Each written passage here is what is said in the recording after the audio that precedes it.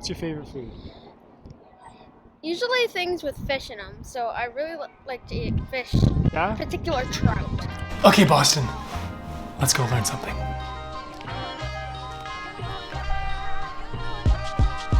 Why is a favorite a favorite? I'm in Boston visiting my sister, but I have a problem. I'm in this course with Ali Abdal, and he wants me to make a film about favorites. The problem is, I don't have favorites. Favorite color, I don't have. A favorite food, favorite movie, zilch, zero, nada. I don't have it. Like, what the fuck? Am I weird? Yeah. She's not nice. She's not nice. She's definitely not my favorite. Like, for example, someone whose favorite ice cream is chocolate.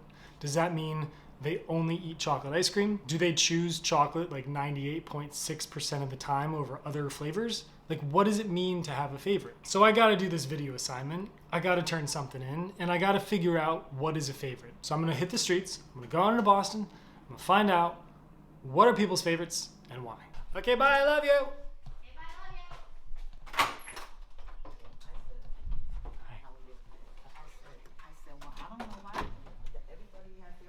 My definition of favorite is something that I like, someone or something.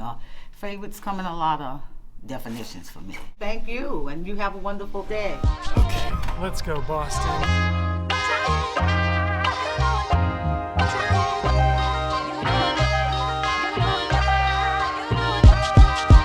What would be your definition of favorite?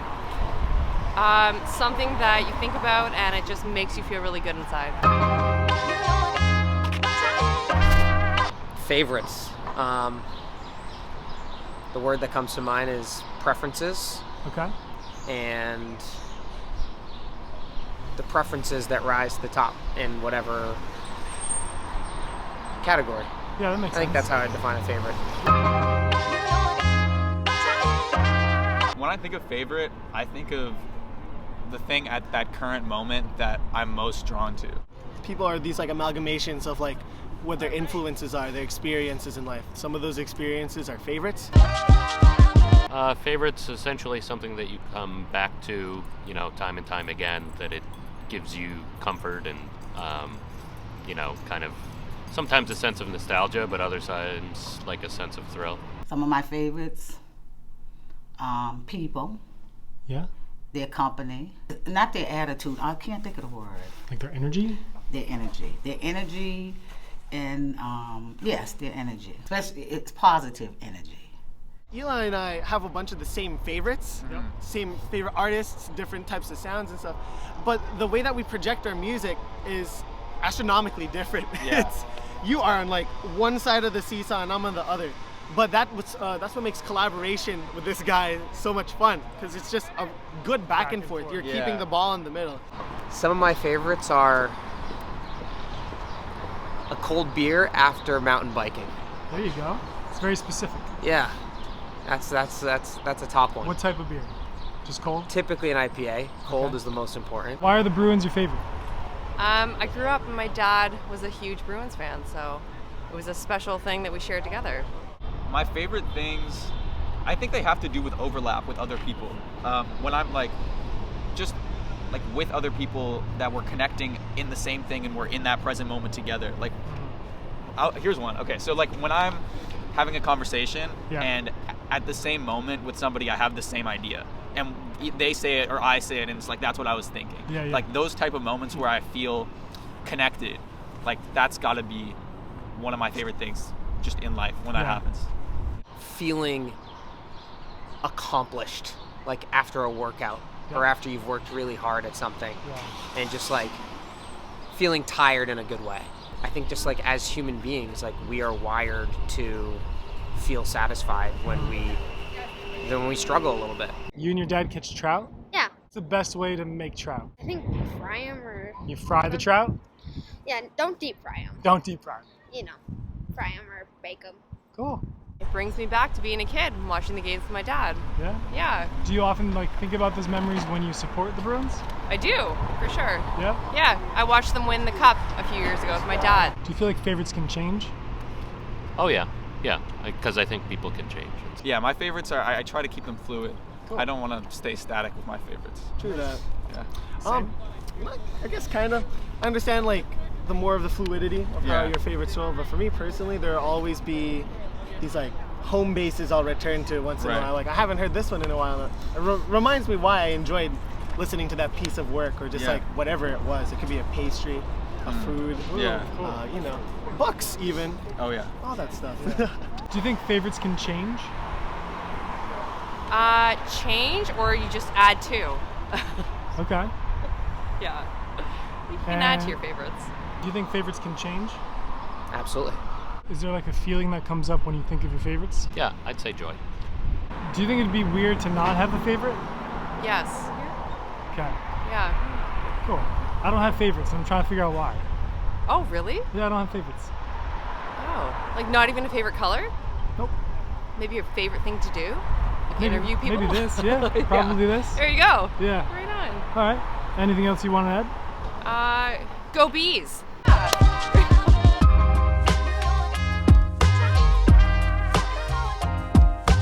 Oh my God, everyone has favorites.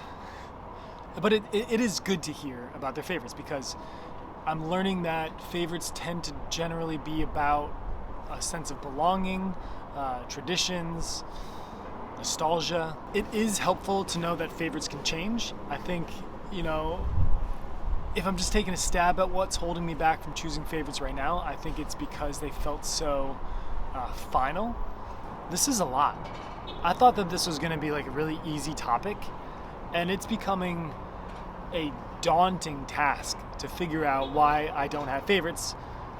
But the more I learn about it, I want to say I'm hopeful right now. I feel like with this knowledge, I will be able to pick some favorites. My buddy Wes is a therapist here in Boston. We're going to meet up and we're going to talk about favorites. To start, favorites really develop during the developmental stages and what we call distinctual identity. It's where a child is learning what is them and what is not. Huh. And so it really builds a framework of being able to have things that are, let's say, specific to you. The catch is that this isn't true because of the universal nature of things. You're not the only one that could ever experience anything or have the only favorite related to that, most likely. And so you actually, if you're healthy, will start with starting to have a favorite, but having that favorite for the need to define yourself, versus later in life it becomes the favorite based on expressing yourself. Okay. And so the difference is that it's not that that favorite totally defines you or fully encompasses you, but it allows you to still find a way to connect. And beneath it all is this kind of strand of belonging that everyone wants, which is the real thing we say when we say this is my favorite is, I hope it's also someone else's favorite. Oh, interesting. And so it kind of subconsciously is this push and pull of it's just me, and actually I hope it's more than me. And so it kind of it holds this kind of dual relationship, I think, with favorites. And so yeah, that's my take on favorites. So it's like an individual identity, but also seeking companionship. Kind of. Yeah, I would say so. And that's just my take, and that's been my experience with things that have been my favorites. I've realized, like, oh, underneath, it would be cool to meet someone else who has that same favorite. Because, for instance, even with you and I, we share certain favorites that we didn't say outright, but in the conversation we realized, oh, we get along because of these certain shared favorites that we have. So they're almost like signposts to help us save time to know where to invest, where to connect, and how we may connect. Because we're always asking as humans, am I safe, am I not, right? And so when it comes to meeting people and having conversations, when you learn about these favorites, they're almost signs to say safe, not safe, belonging, not belonging. And it's not a problem if you have different favorites, because sometimes being exposed to a new favorite or a different perspective is good. It might become your favorite. Yeah. But the point is that you hold them tight enough to understand they hold some sense of direction, but not too tight where they hold a full sense of identity. Having a favorite can be healthy when it moves from being possessive to being generative, meaning that I don't want to consume this favorite as a thing that just benefits me into enjoying things that I think inevitably I'd say, wow, I know this is going to make the world better, myself better. Why do you think I don't have favorites? Is it a fear of commitment? What do you think is going on there?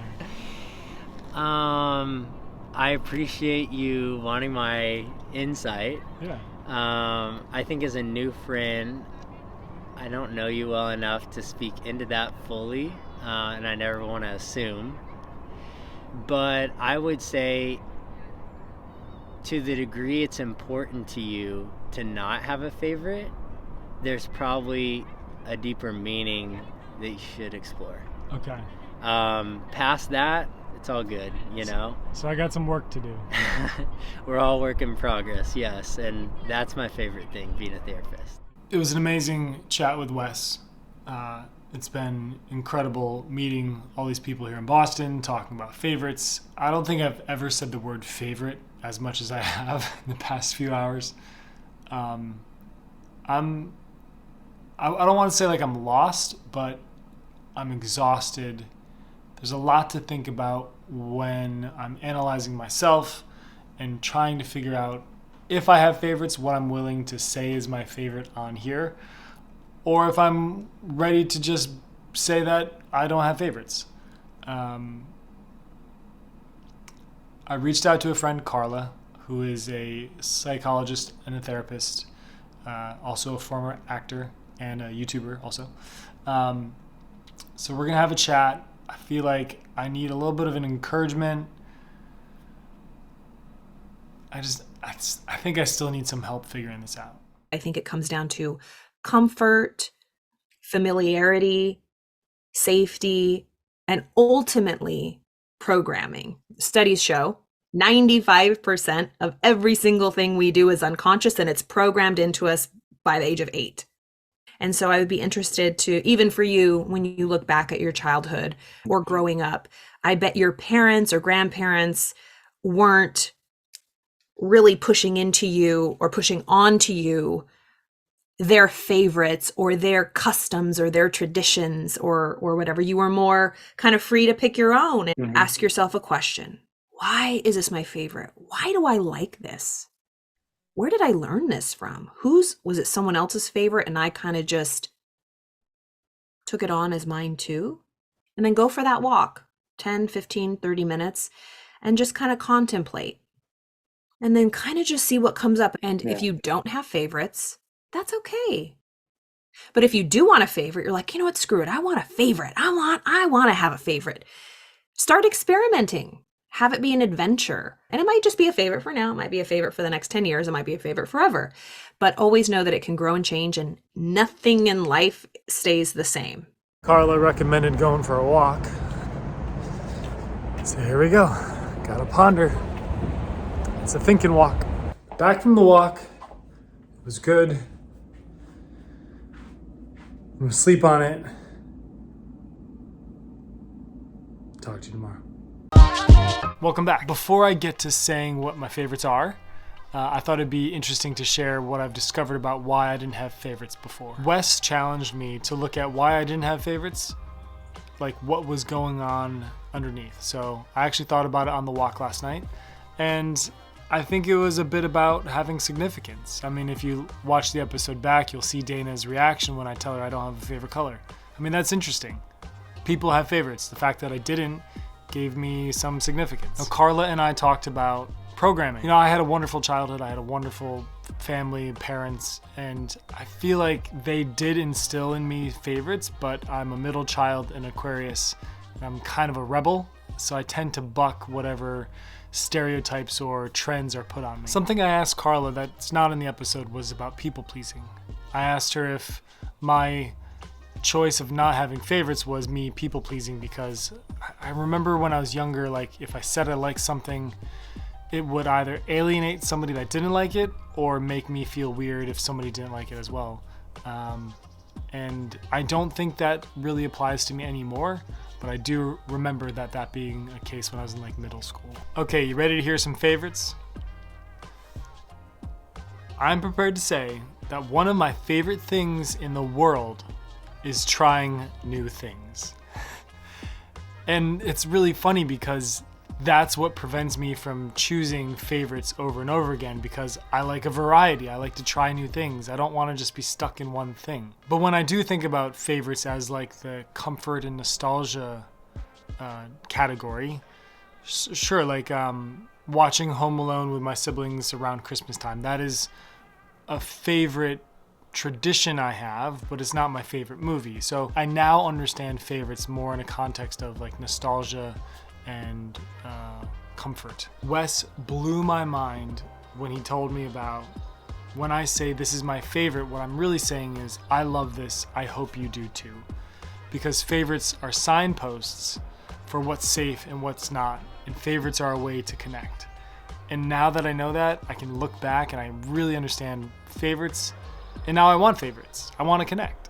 Eli talked about one of his favorite things was when he and somebody else had the same idea, right?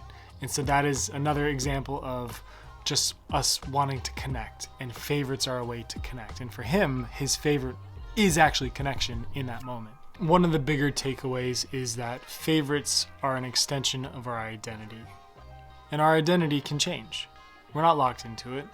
But when I think about what I choose to pick as a favorite to align with who I am and how I want to present myself to others, there are certain things I just don't care to have a favorite about because they're not things I care about.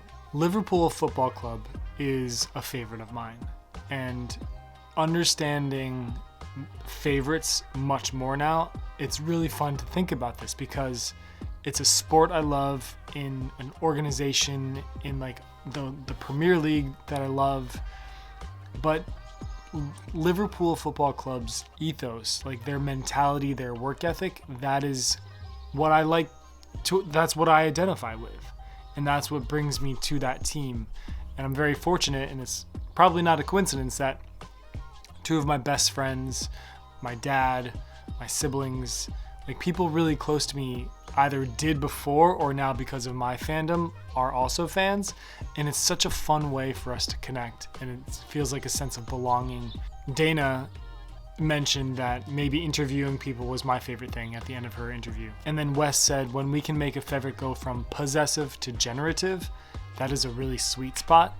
So just these subtle nudges towards the learning human. As you can see, I'm only in episode 2, but it's such a great combination of all the things I really love to do. I would even say that, filmmaking, learning about people, talking to people, just, this creative project are all favorites of mine. And hearing these things was a real nice nudge in this direction. Okay, well, if you've watched this far, thank you so much. There's only one last thing to do, talking about favorites, and this is a gentle nod to my friend Connor. I set a big goal. I accomplished the big goal. So here we are with my favorite beer, a Guinness. Favorite beer, Guinness. Cheers.